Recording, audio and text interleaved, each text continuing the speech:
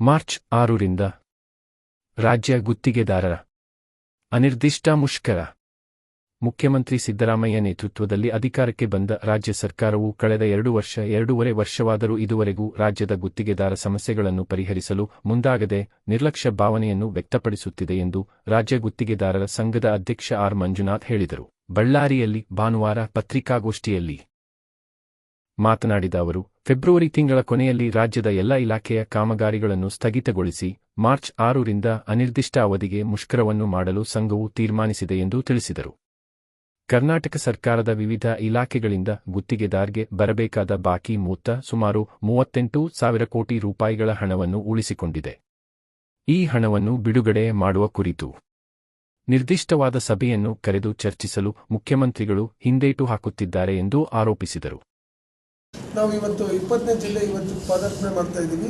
ನಮ್ಮದೇ ಕಾಂಟ್ರಾಕ್ಟರ್ದು ಸುಮಾರು ಹಲವಾರು ಸಮಸ್ಯೆಗಳಿದ್ದು ಹಲವಾರು 2.5 ವರ್ಷದಿಂದ ನಾವು ಈ ಸರ್ಕಾರದಲ್ಲಿ ನಾವು ಹಲವಾರು ಪತ್ರವ್ಯವಹಾರಗಳು ಮಾಡಿ ಮಾನ್ಯ ಮುಖ್ಯಮಂತ್ರಿಗಳಿಗೆ ಸಚಿವರಿಗೆ ಮಾಡಿದರೂ ಸಹ ಯಾವುದೇ ಥರದ ಪ್ರಯೋಜನ ಆಗಿಲ್ಲ.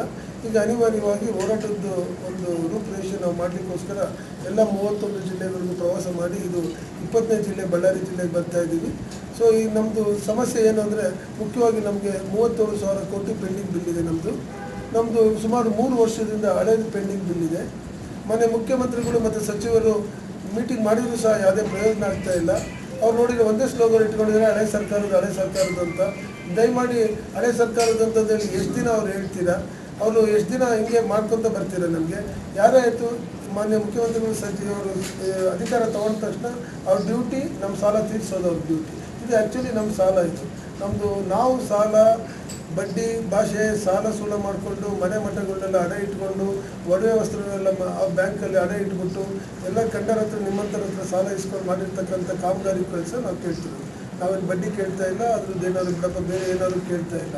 ನಾವೇನು ಯಾವುದೋ ಒಂದು ಸ್ಕೀಮ್ ಕೊಡಿ, ಬೆನಿಫಿಟ್ ಕೊಡಿ ಅಂತ ಕೇಳ್ತೀವಿ. ನಮ್ಮ ದುಡ್ಡು ನಾವು ಕೇಳ್ತಾ ಇದ್ದೀವಿ, ನಾವು ಮಾಡಿದ ಕೂಲಿ ನಾವು ಕೇಳ್ತಾ ಇದ್ದೀವಿ.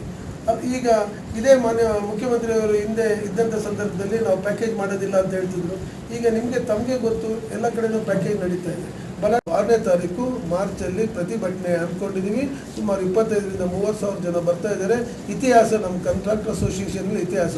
ನಾವು ಸುಮ್ಮನೆ 1ನೇ ತಾರೀಕು ಇದೇನಾದರೂ ಮಾರ್ಚ್ ತಿಂಗಳು ಭಾಳ ಮುಖ್ಯವಾದ ತಿಂಗಳಾಗಿರೋದ್ರಿಂದ ಸಣ್ಣ ಪುಟ್ಟ ಕಾಂಟ್ರಾಕ್ಟ್ರಿಗೆ 5 ಲಕ್ಷ 10 ಲಕ್ಷ ನಮಗೆ ಬರ್ತಕ್ಕಂಥ ತಿಂಗಳಾಗಿರೋದ್ರಿಂದ ನಾವು ಒಂದು ದಿನ ರನ್ನಿಂಗಲ್ಲಿರ್ತಕ್ಕಂಥ ಕೆಲಸಗಳನ್ನ ನಿಲ್ಲಿಸ್ಬಿಟ್ಟು ನಾವು ಪ್ರತಿಭಟನೆ ಮುಷ್ಕರ ಮಾಡೋದಕ್ಕೆ ನಾವು ತೀರ್ಮಾನ ಮಾಡಿದ್ದೀವಿ. ನಾವೆಲ್ಲ EC ಮೆಂಬರ್ಸ್ಗಳು ಸುಮಾರು 67 ಜನ ರಾಜ್ಯಾದ್ಯಂತ EC ಮೆಂಬರ್ಸ್ಗಳು ಕೂತ್ಕೊಂಡು ತೀರ್ಮಾನ ಮಾಡಿರೋದು.